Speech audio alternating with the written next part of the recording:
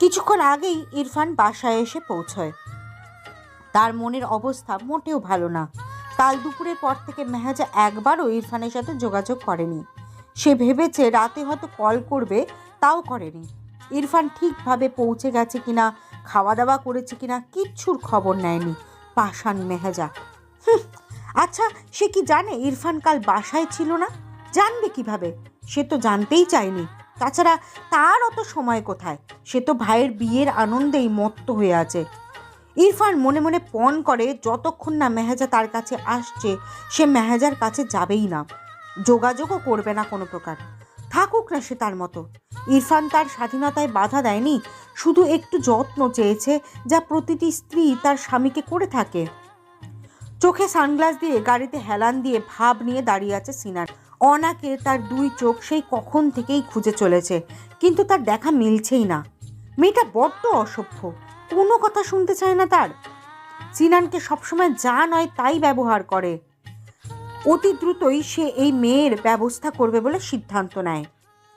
পার্লারে এসেছে মেহেজা, রিমি, ঈশিতা, অনা, প্রথি আর রুম্পা। এখান থেকে আবার কমিউনিটি সেন্টারে যেতে হবে। সেখান থেকেই রিমা তার বাবার বাসায় যাবে। তারা 3 দিনের জন্য কমিউনিটি সেন্টারটা নিলেও শুধুমাত্র 2 দিনই এসেছে, 1 বিয়ে ও 2 বৌভাত। অবশ্য কিছু রিলেটিভস ছিল দুই পক্ষেরই, যারা রক্তের দিকে আত্মীয় নয়, কাজের ক্ষেত্রে পরিচিত। এমন অনেকেরই থাকার ব্যবস্থা করা হয়েছিল সেখানকার কিছু ভিআইপি রুমে। গতকাল যখন অনা কেঁদে দিয়েছিল তখন সে সবটাই মেহেজাকে আর প্রতীকে জানায়। তারা প্রথমে সিনানের ব্যাপারে এমন কথা বিশ্বাসই করতে পারেনি, কিন্তু অনাও মিথ্যে বলছে না তা স্পষ্ট। অনা তাদের মিথ্যে বলতে যাবে কেন? সে এমন মেয়েই নয়। সিনানের ওপর প্রচণ্ড আক্রোশ জমা হয় মেহেজার। ভেবেছে কালকেই কিছু করবে, কিন্তু বাসায় গিয়ে জানতে পারে সিনান তার বাড়ি চলে গেছে। অগত্যা অতিমাত্রায় রাগ নিয়েও তাকে শান্তই থাকতে হয়। পার্লার থেকে সেজে বের হওয়ার পর অনার চক্ষু যেন বেরিয়ে আসে। সামনে সিনান গাড়ির সাথে হেলান দিয়ে এখনও সে একই ভঙ্গিতে দাঁড়িয়ে আছে। মেহেজা সিনানকে দেখে কিছুটা খুশি হয়।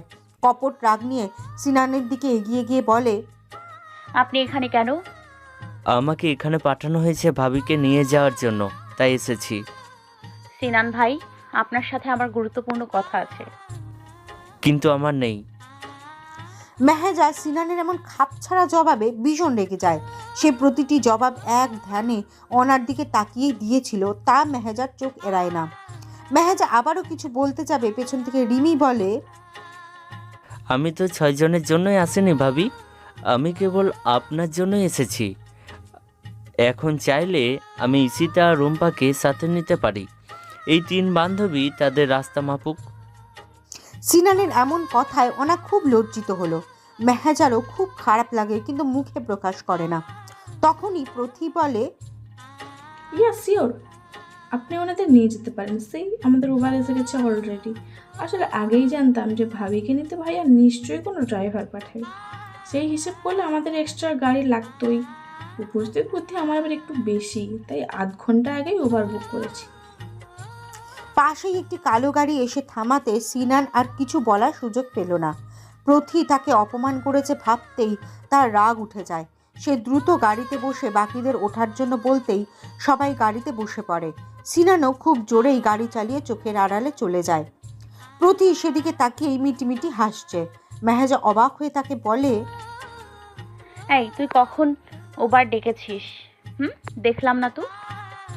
আরে না, উবার টোবার কিছুই ডাকিনি। আসলে গাড়িটি কার এবং কেন এসেছে আমি সেটাও জানি না। কি? তাহলে যে বললি এটা তুই ডেকেছিস? আরে, সে আমাদের বিন্দাস মস্তিষ্কে অপমান করতে পারে, আর আমরা বুদ্ধি খাটিয়ে ঠান্ডা মাথায় তাকে অপমান করতে পারবো না?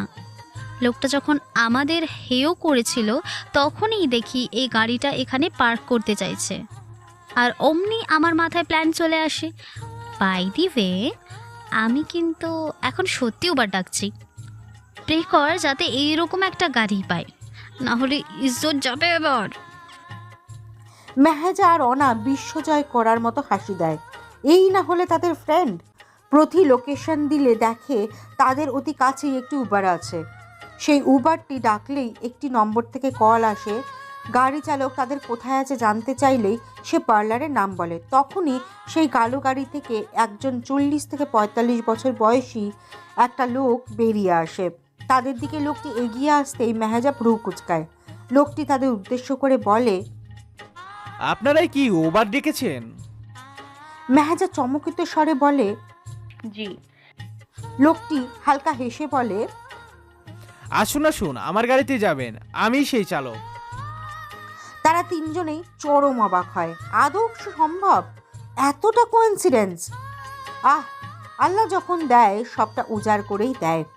খুশি খুশি নয়নে তারা একে অন্যের দিকে তাকিয়ে ইয়াহু বলে মৃদু চিৎকার করে।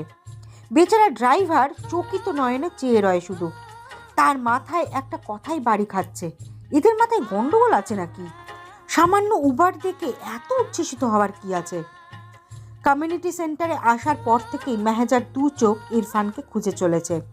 মাহিমা বেগম আর আহনাফ মজিদকে দেখে সালাম দিয়ে কুশলাদি বিনিময় করে ইরফানের কথা জিজ্ঞেস করতেই তারা বলে, ইয়াস একটু বাইরে গেছে, জরুরি ফোন কল এসেছে তাই অ্যাটেন্ড করতে গেছে।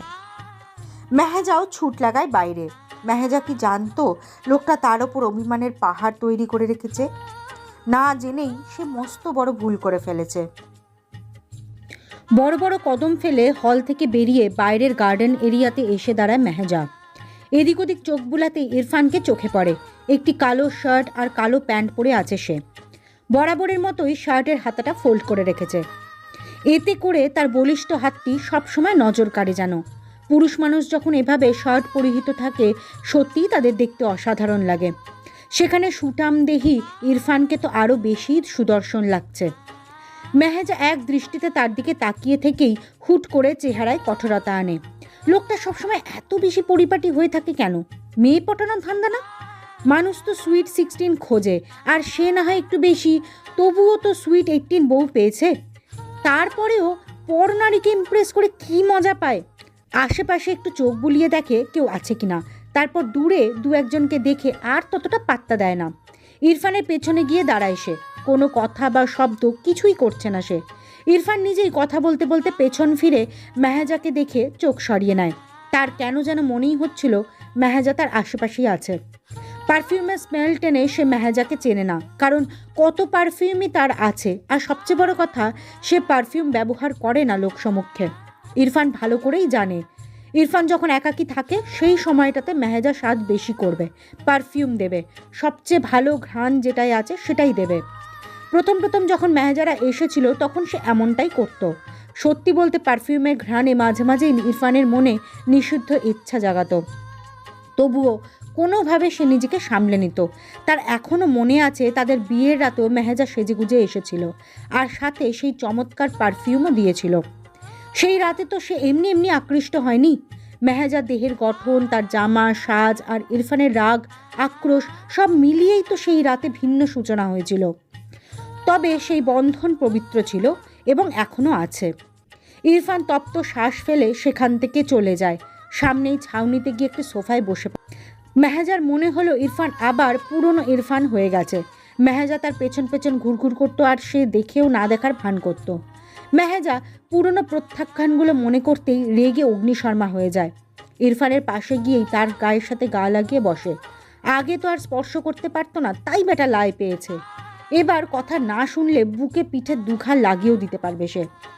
ইরফান মেহেজাকে আরেকবার দেখে নিয়ে কথা বলা শেষ করে ফোনটা হাতেই মুষ্টিবদ্ধ রেখে সোফায় হেলান দিয়ে চোখ বোঝে। সত্যি বলতে এতক্ষণ যাবৎ সে মেহেজার সঙ্গই চাইছিল। মেহেজা কঠিন চোখে ইরফানকে পরখ করে বলে, কার সাথে এতক্ষণ ধরে কথা বলছিলেন? ইরফান চোখ খোলে। মেহেজাকে একবার ভালো করে দেখে বলে, তোমাকে কেন বলবো? আমাকেই তো বলবেন। কেন? তুমি কে আমার? আমি কে মানে? আমি আপনার বউ। তাই নাকি? তো বউ সারাদিন রাত একবারও স্বামীর খবর নেয়ার সময় পায় না, আর স্বামীকে একটু ফোনে কথা বলতে দেখলেই সন্দেহের দৃষ্টিতে তাকাবে আর জেরা করবে, তাই কি? মেহেজার কোথায় গিয়ে এই কথাটা লাগে তা সে বুঝতে পারে না, মনটা বিষিয়ে ওঠে। সত্যিই তো, সে তো গতকাল দুপুর থেকে এখন অবধি ইরফানের খবর নেয়নি, ভালো মন্দ জানতে চায়নি। সর্বপ্রথম সে ইরফানকে সন্দেহ করেছে, নিজের কাজে নিজেই লজ্জিত হয়, ইরফানের দিকে অসহায় দৃষ্টিতে তাকায়। ইরফান তা উপেক্ষা করে উপহাসের হাসি হাসে, গলায় গাম্ভীর্যনে মেহেজাকে বলে, তুমি কি জানো গতকাল থেকে এখন অবধি আমার উপর দিয়ে কতটা স্ট্রেস গিয়েছে? জানবে কিভাবে? সেই সময় কি তোমার আছে নাকি? ভাইয়ের বিয়ে আনন্দ করো ভালো করে, স্বামীকে ভুলে গেলেও চলবে, ব্যাপার না। মেহেজা এবার ইরফানের কথা শুনে নিজেকে স্থির রাখতে পারল না, অন্যদিকে মুখ ফুরিয়ে নেয়। সাথে সাথে তার দু চোখ বেয়ে পানি নামে। সে তো এখনো কিশোরী, সংসার, স্বামী এসব তো তার কাছে এখনো কষ্টের ব্যাপার। শারীরিক এবং মানসিক দুইভাবেই সে অপ্রস্তুত। তাও সে দুই রকমভাবেই ইরফানকে সঙ্গত দিয়েছে। ইরফান তো জানেই সে ম্যাচিওর নয়, তার মধ্যে দুরন্তপানা এখনও বিদ্যমান। তারপরেও কি সে পারে না মেহেজার প্রতি একটু সদয় হতে? মেহেজার হুট করেই মনে হয় ইরফানের জীবনে হয়তো এমন কোনো নারীর আগমন ঘটেছে যে সব দিক থেকেই তার যোগ্য। সেদিন রেস্টুরেন্টের মেয়েটার কথা মাথায় আসতেই তার অন্তরাত্মা কেঁপে ওঠে। ইরফান মেহেজার দিকেই তাকিয়ে, হঠাৎ মেহেজা তার দিকে ফেরে, যার ফলে চোখে চোখ পড়ে যায়। ইরফান মেহেজার রিক্তসিক্ত নয়ন দেখে আঁতকে ওঠে। সে কি মেহেজাকে কষ্ট দিয়ে ফেলেছে খুব বেশি? মেহেজা কেঁদেছে, তার মানে খুবই কষ্ট দিয়েছে সে।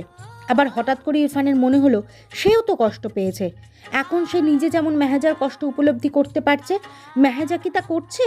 নিশ্চয়ই না, করলে তো হতোই। তার ভাবনার মাঝেই হুট করে মেহেজা তার বুকে ঝাঁপিয়ে পড়ে, তার বুকে মাথা গুজে কান্না করতে থাকে। কান্নারত অবস্থায় সে ইরফানকে বলে, সত্যি করে বলুন তো, আপনি কি আমাকে ছেড়ে দেবেন? আপনার কারোর সাথে সম্পর্ক আছে? ইরফান অবাক হয় খুব বেশি। কোন লেভেলে সন্দেহ মেহেজা করতে পারে সে ভেবেই পাচ্ছে না। এত সন্দেহ কেন তার অন্তরে? সে কি ইরফানকে চেনে না? মেহেজা তার জীবনে প্রথম ও শেষ প্রণয়িনী, তা কি সে জানে না? ইরফান চাইলেও মেহেজাকে তার সাথে মিশিয়ে নিতে পারে না। মেহেজাই তার নিকটে আসে, অশ্রুসিক্ত নয়ন তুলে সে ইরফানের দিকে তাকায়। তাতেই ইরফান রাগ অভিমান ভুলে মেহেজাকে জড়িয়ে ধরে তার শক্ত বাহুবন্ধনে আলতো করে হেসে বলে, অফিসের খান সাহেবের ফোন ছিল, আমাদের ম্যানেজার, চাইলে চেক করতে পারো। আমার ফোনে কল রেকর্ডারও আছে, চাইলে শুনতেও পারো। মেহেজা আবার নিজের কাছে লজ্জিত হয়। সে বুঝতে পারে ইরফানের কোথায় সে আঘাত করেছে। ইরফানের সুন্দরতম চরিত্রতে সে আঘাত হেনেছে।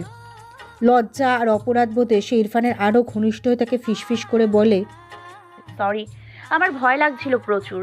আপনি যদি প্লিজ এই যাত্রায় ক্ষমা করুন, আর কখনো আমি এমন কোনো চিন্তা ভাবনা মাথায়ও আনবো না। ইরফান মেহেজার কথা শুনল না। এক প্রকার জোর জবরদস্তি করেই সে কল রেকর্ডার অন করে। খান সাহেবের মুখে বলা হ্যালো স্যার কথাটা শুনেই ইরফানের মোবাইল কেড়ে নেয়। ইরফান মৃদু হাসে, মেহেজার কপালে চুমু খায়। ইরফানের মোবাইলটা ভালো মতো নেড়েচেড়ে সে গ্যালারিতে ঢোকে, কি মনে করে। রাদিফের বিয়ের দিন তোলা কিছু ছবি ছিল সেগুলো। দেখতে দেখতে হুট করে একটা ছবি মেহেজার চোখের সামনে আসতে এসে কেঁপে ওঠে। সেখানে মেহেজার ঘুমন্ত অবস্থায় বেসামাল হয়ে থাকা কিছু ছবি। মেহেজার বুঝতে অসুবিধা হয়নি ছবিগুলো কোথায়। এই ছবিগুলো ইরফানের নিজের ফ্ল্যাটে। নিজের উন্মুক্ত অঙ্গ দেখে লজ্জায় সে মরে যাচ্ছে যেন। মুখ তুলে ইরফানের দিকে তাকাতেই দেখে সেও স্ক্রিনে সেই ছবিটিই দেখছে।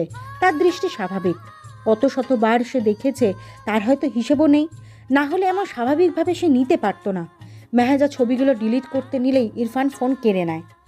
মেহেজার দিকে ক্রুদ্ধ দৃষ্টিতে চেয়ে বলে, এত সাহস কোথা থেকে পাও তুমি? আমার ফোনে আমারই ব্যক্তিগত ছবি ডিলিট করতে যাচ্ছ? ফোন দিন। আপনি আস্ত অসভ্য। ছি, কেউ এমন ছবি মোবাইলে রাখে, তাও আবার নিজের স্ত্রীর? তো পরের স্ত্রীর রাখবো নাকি? ঠোঁট কাটা কেন আপনি? হ্যাঁ, লজ্জা শরম আপনার নেই আমার কাছে? আপনি আমার এই রকম ছবি রাখতে পারেন না। অবশ্যই পারি, আফটার অল সবই তো আমার। ছি, কি আপনার? উল্টা পাল্টা বকলে এক্ষুনি আপনার মুখ সেলাই করে দিব একদম। সেটাও যদি পারতে, একটু সেলাইও তো করতে জানো না। মেহেজা আরও রেগে গেল যেন। দূরে সরে আসতেই মেহেজাকে ইরফান নিজের কোলে বসিয়ে বলে, ডোন্ট মুভ। আমার ফোনে থাকা ছবিগুলো আমি এক্ষুনি ডিলিট করে দেব, তোমার সামনেই। মেহেজা যেন খুশি হয়, ইরফানকে তাড়া দিয়ে বলে, জলদি করুন। ইরফান করে দেয় সত্যি সত্যি। তারপর মেহেজার ঘাড়ে হালকা কামড় বসিয়ে বলে, মোবাইলে থাকাগুলো ডিলিট করে দিলাম ঠিকই, তবে তবে কি? আমার রুমে থাকা বড় ছবিটার কি হবে, যেটা আমি কিছুদিন আগেই দেয়ালে টাঙিয়েছি? কোন ছবি? কাঁপা কাঁপা গলায় বলে মেহেজা। ইরফান তাকে স্বাভাবিকভাবেই বলে, এই ছবির ডুপ্লিকেট। মেহেজার চোখ মুখ যেন নীল বর্ণ ধারণ করে তখনই।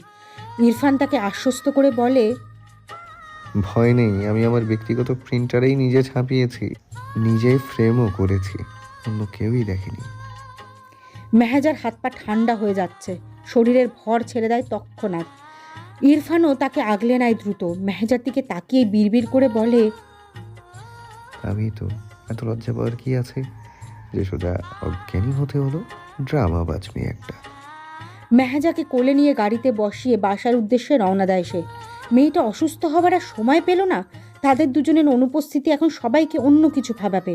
অসহ্যকর। প্রথি আর অনা একটি টেবিলে বসে জুস পান করছিল আর অল্প অল্প গল্প করছিল। তখনই তাদের টেবিলে থাকা বাকি দুটো চেয়ার দখল করে নেয় নাজিম আর সিনান। সিনানের মুখই বলে দিচ্ছে সে এখানে এসে বসায় সে বিরক্ত। তাতে অনা প্রথি ভ্রুক্ষেপ করেনি।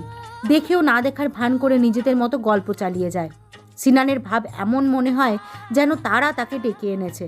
যেহেতু নিজের ইচ্ছায় এসেছে তাই মুখটা যেমনিই করে রাখুক, তাদের কোনো আগ্রহ নেই সেদিকে। নাজিম কিছুটা হতাশ হয়ে প্রথিকে উদ্দেশ্য করে বলে, কি ম্যাম, এত ইগো কেন? প্রতি আকস্মিক নিজামের এমন কথায় চোখ বাঁকিয়ে তাকে দেখে নেয়। তারপর জুসে এক সিপ দিয়ে বলে, প্রথমত আমি আপনার ম্যাম নই, দ্বিতীয়ত ইগো দেখাচ্ছি না, আমরা অরাটাই এমন। চমৎকার কিন্তু।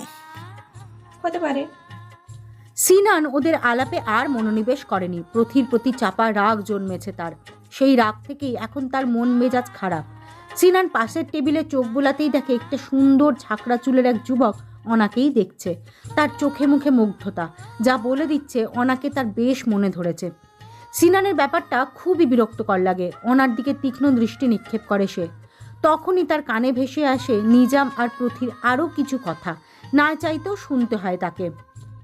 আপনার নামটা তো বললেন না। প্রথি মজুমদার। নিজাম আহত দৃষ্টিতে তাকিয়ে বলে, সনাতন ধর্মলম্বী?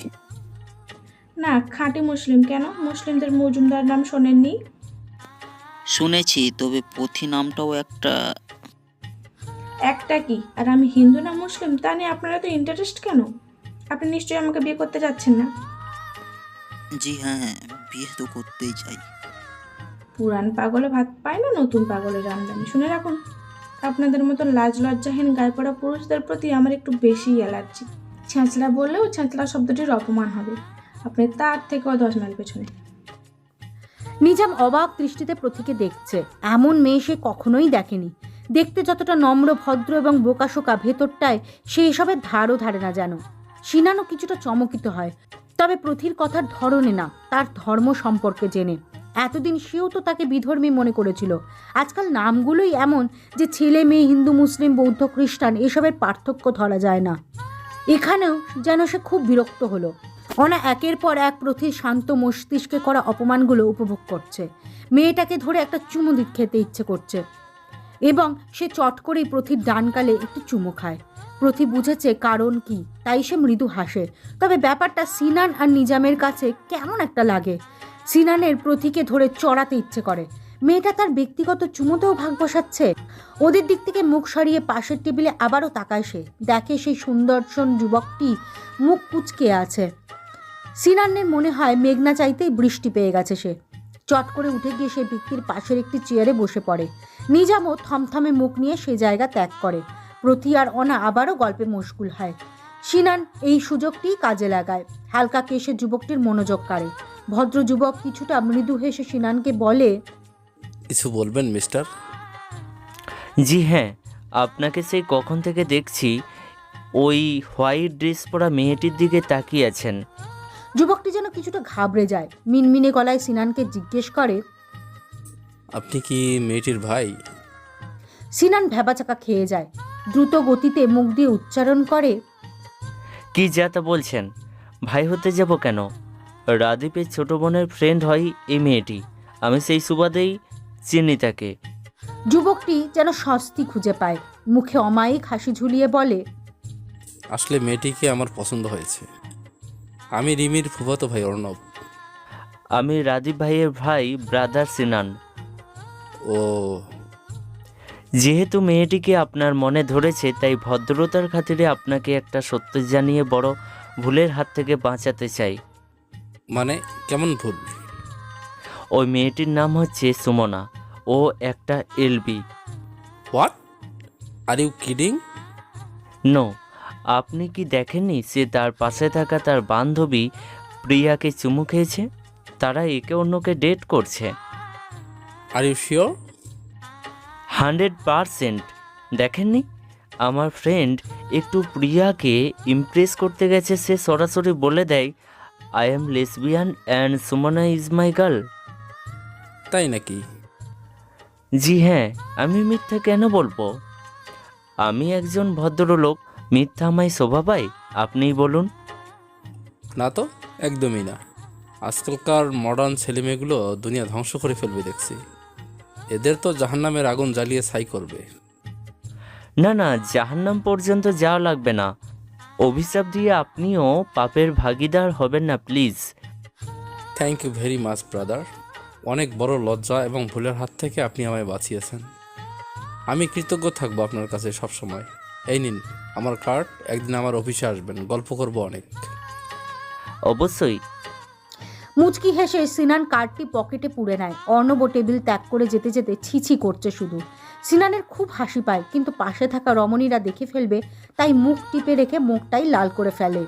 অনাকে সে সুমনা বানিয়ে দিয়েছে, আর প্রতীকে প্রিয়া, যাতে অর্ণব কাউকে তাদের সঠিক নাম বললে ওদেরকে বিব্রতকর পরিস্থিতিতে না ফেলতে পারে। শীষ বাজাতে বাজাতে সিনান নিজামের কাছে যায়। প্রথমবার কোনো মেয়েকে পটাতে গিয়েছিল সে, আর প্রথমবারই কিনা রিজেক্টেড, তাও আবার ভরপুর অপমানে। আহ, কি কষ্ট।